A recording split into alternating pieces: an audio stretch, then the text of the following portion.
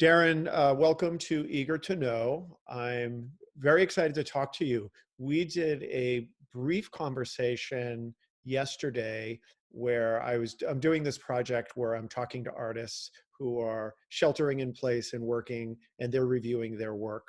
And you started talking about some background of inspiration about some of your work. And I was very excited. And I realized that we've never actually had a creative conversation.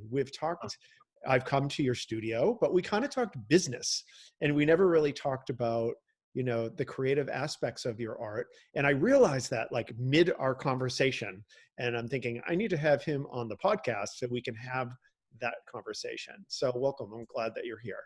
Cool. I'm glad to be here. And yeah, that short little segment was kind of fun. And it's funny sometimes you end up telling your story and your inspiration so often at art shows and everything like that it's a little second nature, and it's kind of fun, like you said, when you get somebody who realizes they've never heard it before and it intrigues them and wants to know more. And yeah, it's really cool. So, but I'm glad to be here. I want to know a little bit about how you got into being an artist. Did you do something before you were an artist?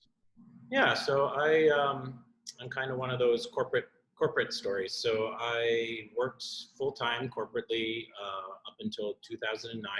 I was in a travel publication, moved to Chicago for a job 20 years ago, and worked full-time, and didn't start painting till it's probably been 15 years now that I started. And it's kind of a funny story. I was up in Evanston going to a movie, and the complex where it is, there's a Dick Blick art store right next door to it. And I saw a little starter oil kit in the window, and all I could think about during the entire movie was that kit. And I said to myself, if the store's open, go in and buy it. When the movie was over, sure enough, it was. I went in, I bought it, and I probably sat up till like 2 a.m. just painting on these little canvas boards that I bought, and haven't stopped since. So I was laid off in 2009, and I could have easily gotten another job, and I had the opportunity to say, let's do this full time, and haven't looked back. So now, were you a artsy kid, or was that really the first time that your brain got turned on or activated to visual expression? No,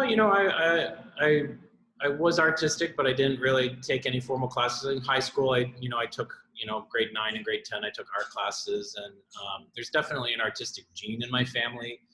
My mother paints in watercolor. My grandfather was a sketch artist, and a couple cousins. So there's definitely that. And growing up, my mother and father were really wonderful at exposing me to the arts. So, we went to the ballet, we went to the symphony, we went to, I can't remember how old I was probably early teenager, but going to see, the Tutankhamun exhibit in Toronto. And so being exposed to it, I was well aware of it, but I just, I fought for years in like my early 20s or even, late teenage years of not knowing truly what I wanted to do. And so, went to university. I have a degree in political science and a degree in business, and still fought it. And for some reason, there was something in my brain that thought I wanted to be an architect or an interior designer, because I just loved the creativity side of sort of that. And it's when I started painting where I realized that was truly what I'm meant to be doing. And really? Yeah. So I'm very fortunate that I discovered my passion and early enough in life to create a career out of it and not just be a hobby. Yeah, and also you don't have children, right? Right. So I mean, there's that other whole aspect of it that you are able to make a shift like that. You don't have a family to feed that you're supporting. A lot Right. of, my dad had 5 kids, Right. and I know that he had a passion for photography, but it wasn't really something that he could do because he had a family. So Right. it sounds like you're very lucky. Possibly that's one way to look at it. Right. So when we were talking yesterday, you were talking about different pieces of art, and you were describing how experiences in the world inspired you to go into the studio and sit in front of a canvas and create something. So you're making a connection between the outside world, and then it's being rerouted through Darren's brain, and it's coming out of you onto the canvas. That is a very interesting, exciting, amazing process.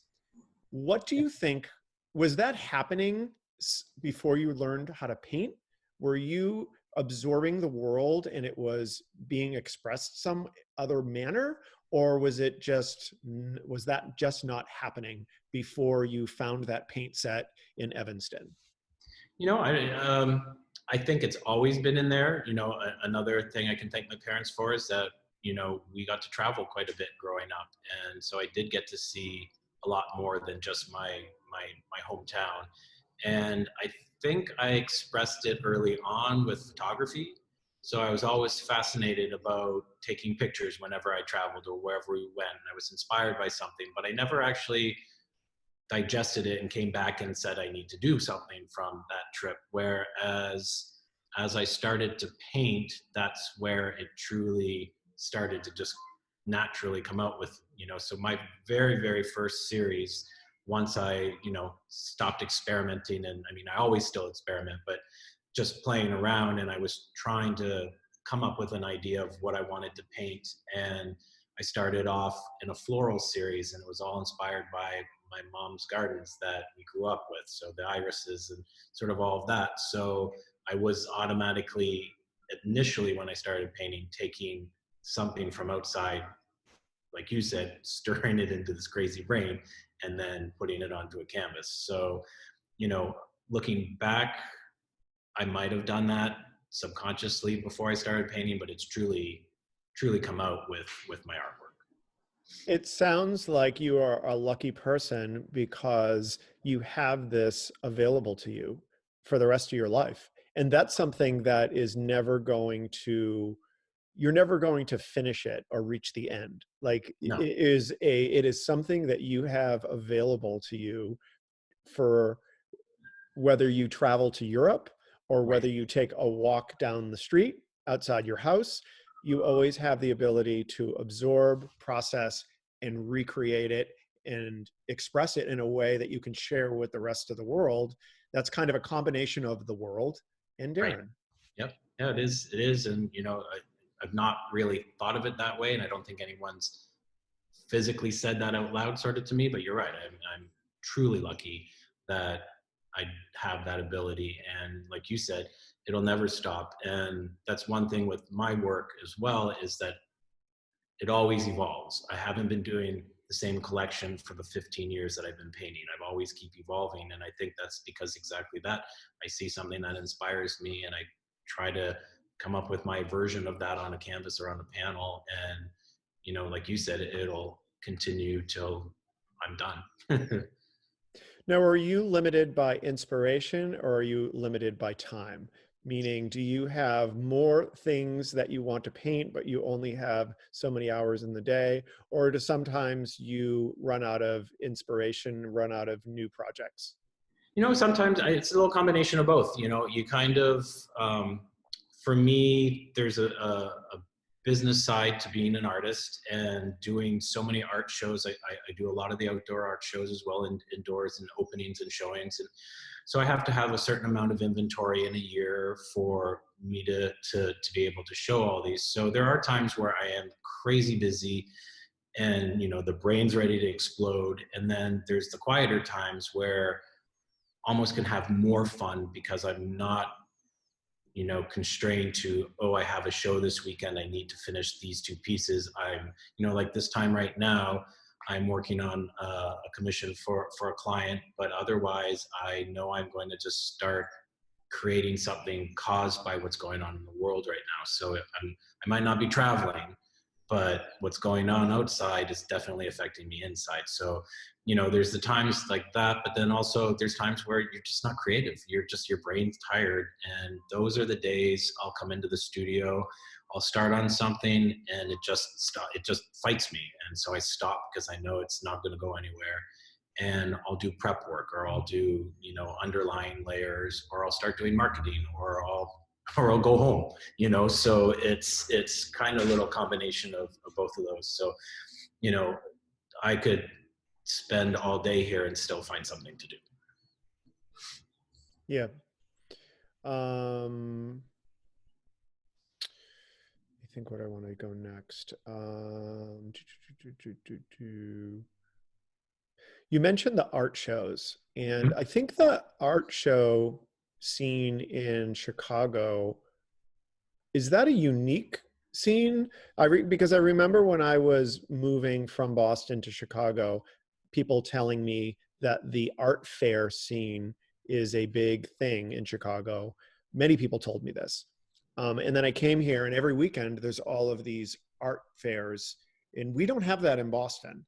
So I wasn't sure if that, and I know that's a big part of how you get exposure, I believe, to people. You know, it's kind of funny, the outdoor art fair scene. There's a pull, a give and take sort of with it. There's so many artists who don't want anything to do with them. They Yeah. prefer to sell on their own, online, through galleries, or through, you know, through doing gallery openings. I'm a combination of both. I do galleries, I do indoor openings, I do indoor shows, but then I do the outdoor shows. I'm doing less now than I've done before, but in my early parts of the career, I wouldn't change it, because it opens the door to meeting so many fascinating people, both client and artist based. And it's a lot of work, a lot more work than people think it is, because you're dealing with outdoor elements, you're setting up a tent and walls, and, you know, you're creating your own show. But in Chicago, it is unique in the sense that there are outdoor art fairs all around North America, in all the cities. Everyone has one. But if you look at Chicago, like you said, there's one almost every weekend in the summer. And that's because there are a couple art promoters here who capitalize on Chicago, but also the suburbs. And there's definitely something that, and back in the day, I used to do most of them, and I changed my model, and I only do 2 local shows a year now, aside from my open house in the studio. And I travel the country more, and it's been more successful, because what you're doing is you're hitting those cities like Boston, or I go up to Madison, Wisconsin, I do a show, or I go to Aspen, Colorado, and do a show. That's their only show for a year. So everyone comes out and they're looking for art, whether it's a sculpture, jewelry, painting, photography. Whereas here in Chicago, because there's so many, I would get people going, oh, what's your next show? When will we see you next? And they would follow you all summer. And then eventually maybe you'd end up, it would lead to something down the road. So it is unique here in the sense that there are so many. And it's a good thing for certain artists. As a painter, I don't think, because I'm established now in the Chicago market, I don't need to do every show in Chicago. I pick 1 or 2 that are the big ones, Yep. and focus elsewhere. Gotcha. Is that a unique experience for an artist to be you, your painting, and your audience all together regularly every weekend? Most artists probably don't have that situation. Most artists, either they're selling online, so they're not physically with the person observing the art. They are selling through a gallery, so they're there for the opening and maybe Right. not much else. You know what I mean? Like, you're in this regular combination of you with the art and people. You know, I think it's kind of, it's good for the brain.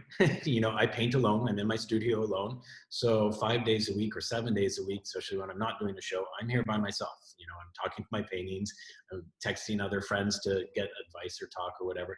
But doing these shows, it puts you, like you said, right there. You're there. You're the one responsible for selling your work. Yeah. But people want to know the artist, and they want to know my story, and they want to learn, you know, like this piece behind me. They want to know what's going on, what's this, how did you create it, what inspired you.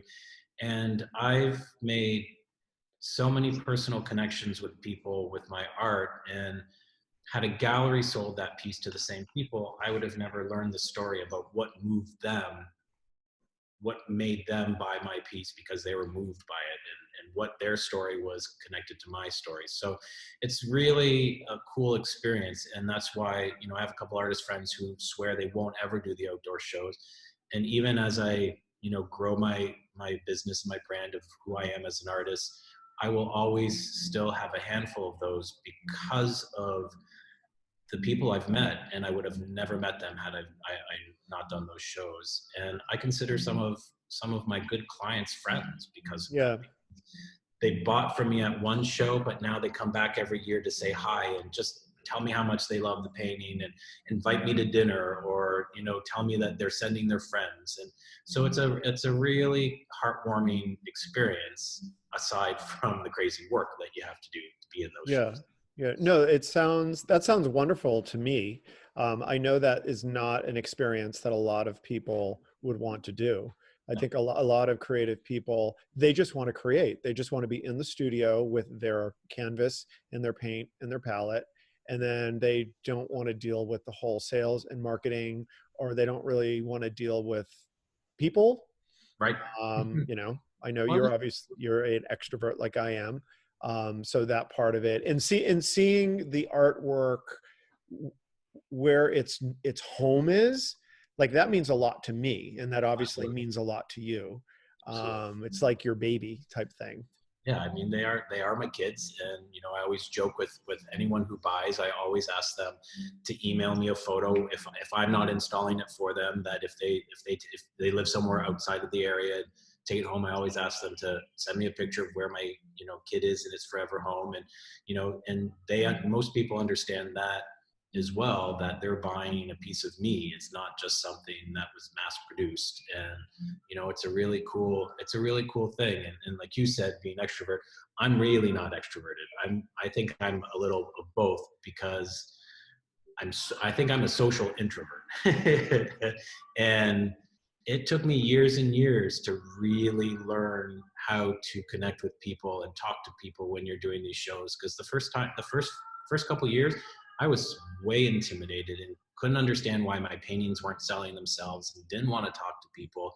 And finally learned that in order to sell, you need to connect and you have to talk. Yeah, and So, somebody has to. I mean, it could be a gallery. You know, if it's being absolutely. sold through a gallery, you know, that's the role of the gallery, is to establish a relationship with the Absolutely. collector, and to establish a relationship between the artist slash artwork with the collector. And Exactly. you're just doing it directly. Yeah, I'm doing it directly, and I'm represented by a few galleries as well, and they do it for me, and I love them. And would I like to have more? Probably. And you know, I think, you know, it's, for me, I have a balance of sort of a little bit of everything to try to get my work out there. And you know, I don't think I would ever want to be the artist who doesn't connect and be a part of that process at some point. I don't want to be the guy who just paints in the studio and waits for a check to come in. I know I need to be out there to meet these people and the collectors, and you know, it adds to my experience as well as an artist. Yep. Your transition from a corporate guy to a full-time artist is, that's something that a lot of people wish that they could do, that they dream that they could do, and you did it. What do you say to people that are thinking about doing that? We're in a situation right now, we're in the middle of like this coronavirus situation, and people are home, and people are probably thinking about what is really important, and looking at their job, and maybe they've lost their job. And this period is probably a time where people are going to be reassessing what's important to them. In the spirit of that transition that you made that was successful, what would you say to people, and based on your experience?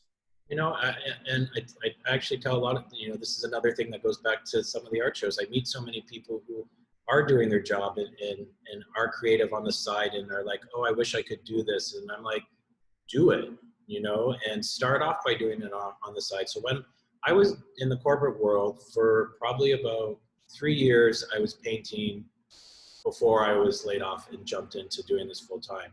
So I would do maybe one show a year because that's all I could do between, I would work 9 to 5 downtown. I'd come up to the studio for 3-4 hours or till midnight, weekends. And, you know, when I had the opportunity, when, you know, I was laid off, the initial thought wasn't, okay, I have to be an artist full time. It went through my head, but at the other time was, I'm like, what am I going to do to survive? And I actually remember sitting on the curb downtown in front of the high rise that I worked in with my box of stuff. And the little voice said, this is your time to do it. And that first year was scary. I was responsible for my income. I was responsible for my bills, my healthcare. Like, I had, you know, at that time I was sharing a studio. So I, you know, was responsible for my half of that. And it forces you to realize that it's not a hobby, it's a business. And if you want it to be a business, you need to think that way at some point. And so for someone who's sitting at home who really has a passion to be a photographer or really has a passion to paint, then, you know, if they can take the leap, I just say take it. It's a struggle and it's scary for the first while, but at the same time, in the end, if it's truly who you are, it's worth that effort. And I think I needed to struggle a little bit to realize how important it is for me to be the reason I'm successful or not successful. Yeah. And, you know, I could have easily went home and sat on the couch and been bummed out for a couple months. And I decided, no, I'm meant to paint and let's give this a try. And, you know, had the first year completely been a failure, who knows? I might have gone back to a full-time job and still painted on the side. But I went through probably 3 years of so many no's and, you know, being turned down for this show and being turned down for this show and not being accepted for this. And it didn't stop me. I just kept going, knowing in my heart this was what I was meant to do. And if you believe in yourself, I really think you can do it. Okay. A couple things I want to talk about that you just brought up. The first one is around when you're doing something that you're passionate about, and this is based on conversations that I've had on my podcast. This is something that keeps coming up. Even if you're doing something that you are passionate about and is creative, like photography or painting or being a personal trainer, there's always a huge part of it that is the business part. And whether you like it or not, you have to do that. And at some point, that part that you're passionate about is only a little sliver of what you're doing, unfortunately. I mean, there's all this other stuff that you're going to have to deal with: the marketing, the sales, the finances, blah, blah, blah, blah, blah. And then you got the painting. So I just wanted to highlight that, because that's, you know, people that are listening, that's a really important part of it. People shouldn't think that if you become an artist, that literally that is 100% of your life is painting. It just isn't. No. And it isn't, even if you are someone, you know, the guy who owns Tesla, whatever his name is, like, that guy's dealing with all kinds of nonsense constantly. And like the exhilaration of celebrating a car is a tiny part of what he does. He's putting up with bullshit all the time. And so I think that's an important aspect of it. Yeah, I mean, it's definitely the business side. Like, you have to, you know, I tell this to so many people who are only part-time artists, who have a full-time job and just sort of do it on the side. And, you know, they ask me, the advice is so many people, you have to think, all right, like, what is my business model for this year? Like, how many shows am I doing? What are my costs going to be? You have to factor in, you know, where you're traveling to. Are you going to travel this year? You know, you've got all your bills for the studio coming in. You know, be lucky. You know, I'm fortunate. I have a great space here. I don't paint from home. And for me, that's a huge part of me knowing that my art is a business. It is separate from my home life. I come to the studio to work. And I don't call my painting work in my head. I paint, but it's my work. And so I can separate sort of those two, and that helps you psychologically knowing that I have to support this studio space somehow. So that's where the business side comes in. And, you know, as a painter, you know, it'd be wonderful if I could just sit here and paint 10 hours a day, every day, and everything just sells itself. But that's not how it works, Yep. especially in today's world. So So the other thing that you brought up that I wanted to expand on is the idea of getting, I wouldn't call it rejection, but not getting affirmation. You mentioned that you were, the first year you were painting and you weren't accepted to shows. I don't necessarily think of that as a rejection, but it's definitely not a process of I'm creating, I put something out in the world and everyone accepts it and celebrates it. right, So right. you're not getting that. So that's something that you also have to be comfortable with and be able to, so tell me about that and why you think that's important to people. Well, I think it's really, it's a challenge because you're putting, as a painter, I'm putting myself on the canvas. These two pieces behind me I'm working on, they could take 2 weeks, they could take 6 months for me to work on it. And that's all my effort. That it's me, it's my passion, it's my blood, sweat, and tears that go on those panels. So when it comes to selling it or showing it, you're selling yourself. It's your soul, it's your heart, it's your passion that you're selling. So when you're told no, or you're not accepted for a show, or you start to question yourself, which is never, it's a dark hole you can go into, but you need to avoid it. But the one beautiful thing I have learned in all these years is that people, for the most part, are incredibly respectful to you as an artist, that they won't come in to your studio or your booth or your show, and if they don't like your work, they'll tell that to their friends. They won't tell it to you. They'll be like, well, that's interesting. I can see your concept, but I'm not understanding it, and walk away. Yep. They're not gonna walk up and go, oh, what were you thinking? Like, this is awful, and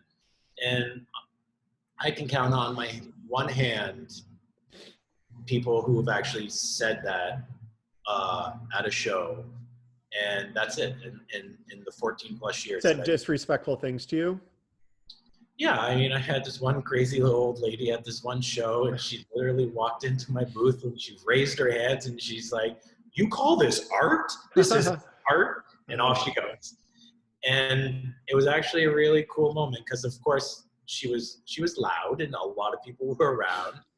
And I'm very sensitive, and of course I could feel myself tearing up a little bit but then there was this other woman with her family who were looking at my work, and she comes over to me and she grabs my arm and she goes, "Your work is beautiful." She goes, "I was in the booth next door and the woman's saying this to everybody in everybody's booth, so don't take it personally." Okay. And it was a really sweet moment because who cares if, what this crazy woman would say? She did still say it, but it was so nice to have someone counter it, and it makes you realize that it is you that they're insulting, and Yeah. people, for the most part, are respectful in that. How do you deal with that idea though of you're presenting something to the world and people, some celebrate it, some reject it, even though people are mostly respectful, but it's possible that some people are not connecting, and it's a very vulnerable position to be in. And again, getting back to people that are listening or watching this and potentially considering, going into art, going into being a creative entrepreneur, that's something that they would have to deal with. Like, what do you say to them? What if you're a super sensitive soul? You're going to have to grow a little bit of a hard shell. You have to. I mean, it's, I've been doing this now 14 plus years. I still get terrified when I show a new collection of work. I get almost sick to my stomach when I'm showing some new pieces that no one has ever seen before, that is a new evolution of something I've been working on that I'm incredibly proud of, but have no idea how the world's going to react to it. And it can be terrifying, but you've got to fight through that and know that there's a person for every kind of style of painting, and you're not going to be liked by everybody. And I'm an abstract landscape artist. Most of my work is completely abstract, and I know there's a huge percentage that has no interest in my art, but it's really cool when you find someone who has never liked that style who falls in love with your work. And that's a really cool thing when that happens. So you've got to, it's tough when you're a super sensitive person that you take it all personally, and you will, but you've got to fight that as well, because, you know, like I said, not everyone's going to like your work, but for the most part, they're not going to tell you Yeah. How does martial arts fit into this for you? that. So yeah, this the leading on to starting a whole new collection to be terrified to show people. So I started, I've been doing Muay Thai kickboxing for a little over 2 years, and really fell in love with that, and was really kind of doing it as a workout. And Jason, my instructor, really Jason Bender, who has also been on the podcast, and thank you very much for introducing me to him. He was an awesome guest. You're welcome. He is awesome. He's changed my life. He really has. And Bender Martial Arts is where he's going with, and you know, he's trying to follow his dream as a martial art instructor. And he convinced me to come out and try jiu-jitsu. And I was terrified. It's kind of like showing a new collection. I had no idea what I was getting myself into, and I'm addicted to it. And it's a really cool sport. It's not for everybody. And what's been really fascinating to me is that it's caused a new collection of art for me. And what I've done is, I'm calling it right now The Art of Sport, if you're on my website. And all these pieces are inspired by either a technique I've learned or a training session I've had with Jason or with the class itself. And I've taken what I'm learning and what the actual sport is itself. And, you know, to give it sort of quick terms, is that if you see two black belts doing jiu-jitsu, it's a form of art in itself. It's elegant and it's smooth, and it can be violent, but at the same time, there's just so much that they do, where for me as a white belt, I'll never know enough, because there's just so much you learn. It's so complicated. It tests not only your endurance, but your brain and your passion for not giving up and fighting for it. Because I can have a great week on the mats, and then the next week I don't remember anything, and I feel like a failure with it, and I just keep going and persevere. And so with these paintings, I started with the first one, and underneath the painting, there's anywhere from 60 to 80 layers that go on, and it's chaotic. Whoa. Yeah, it's chaotic, and it's motion, and it's colorful, and it's crazy, and it's not only just colors, but there's textures and layers. And then I do a whole fiber process, which I do on my birch work or tree work that I do. And then I whitewash the entire piece. So standing back, there's a soft elegance to the piece. And as you get closer, you see the movement in the texture. You see a lot of the underlying colors come through. And that's kind of how I feel with the sport. And the cool part with a lot of them, with the texture, I actually layer on, before I start the color work, I do a plaster material. And I actually stand in front of the canvas, and had I learned some new technique, I actually do the hand movements with it and my body movements. So that's where a lot of it sort of comes through. And so I'm now into the 9th piece, I think, in the collection.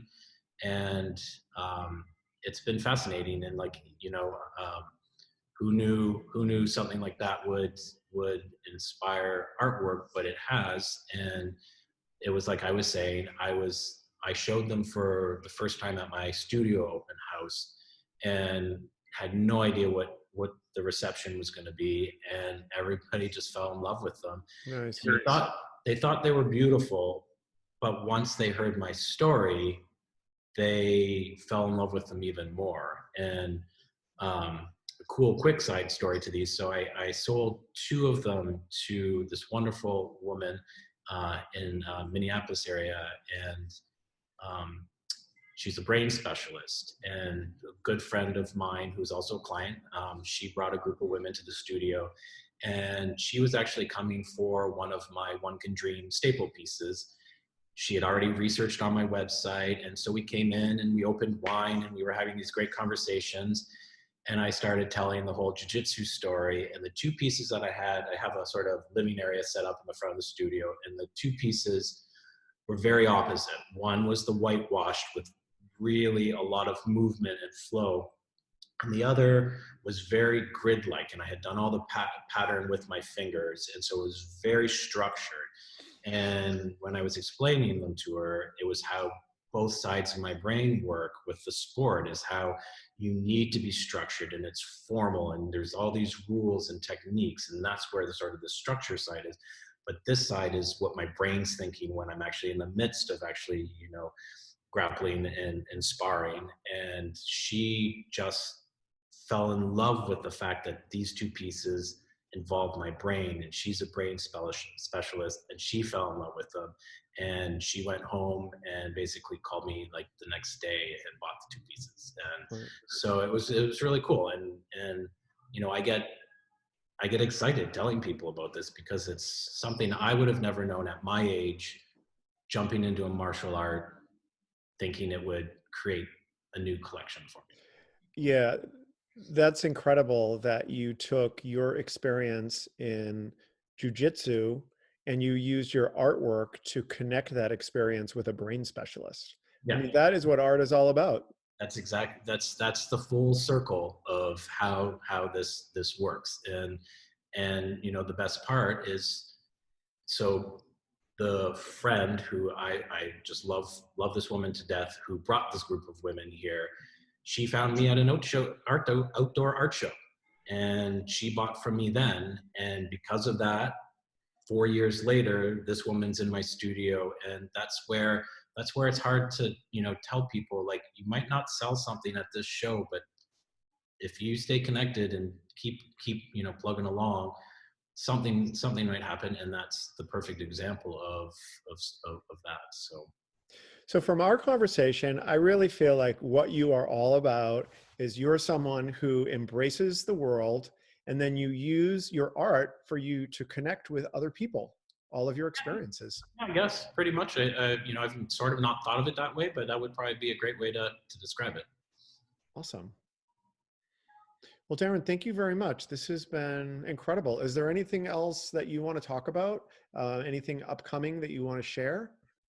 Well, unfortunately, due to the worldwide pandemic, all the art shows that I currently were scheduled on are slowly all canceling. So I'm working away. I'm following all the social distancing and quarantine guidelines, but I'm here in the studio alone. I'm very fortunate. There's nobody in this building, so I can come and go without seeing a single human. So I'm in here creating, and I haven't started what my new collection will be based on what's going on in the world, but I'm going to start. And I think this is how we connected in the little segment that we did, was I've been spending these last 4 weeks highlighting all my artist friends and peeps that on my social media. And so I think you're going to start seeing a lot more virtual studio tours. I thought of today when I came in the studio that I think next week I'm going to come in and hang all the work that I have created and do a little 10-minute, art show. And so I'm here. My art's available. I can do, touch-free deliveries and all that. But I think the most important thing is to support fellow artists who really, like me, do this full time and try to make the world beautiful, and not getting a lot of support from anywhere else. That, for us to survive, supporting the arts is a really cool thing right now. Okay, and where can people get in touch with you and see your artwork online? Where do they start? So where to start? My website obviously is a great starting point. So that's darrencjones.com. So DARRENCJONES.com. Then I'm Darren Jones Art on Instagram and Darren Jones on Facebook. And I do a ton of social media. So if you want to follow me, my Instagram's really fun usually. So if you want to follow that, that's great. And then you can email me, darrenjonesart@hotmail.com. And I have a client, actually, I just emailed today that hopefully I'm going to do a virtual showing of a couple pieces that they're interested in. And so there's lots of ways around figuring this out during this time to get you to see some art and have fun with it. Okay, great. And Darren is located in Chicago, and your studio is in the it's Ravenswood, right? Yeah, yeah. Ravenswood neighborhood of Chicago. Right. All right. Well, Darren, thank you so much. This was awesome to get to fun. know you even better. Absolutely. I really appreciate it. You're welcome. All right. Stay safe.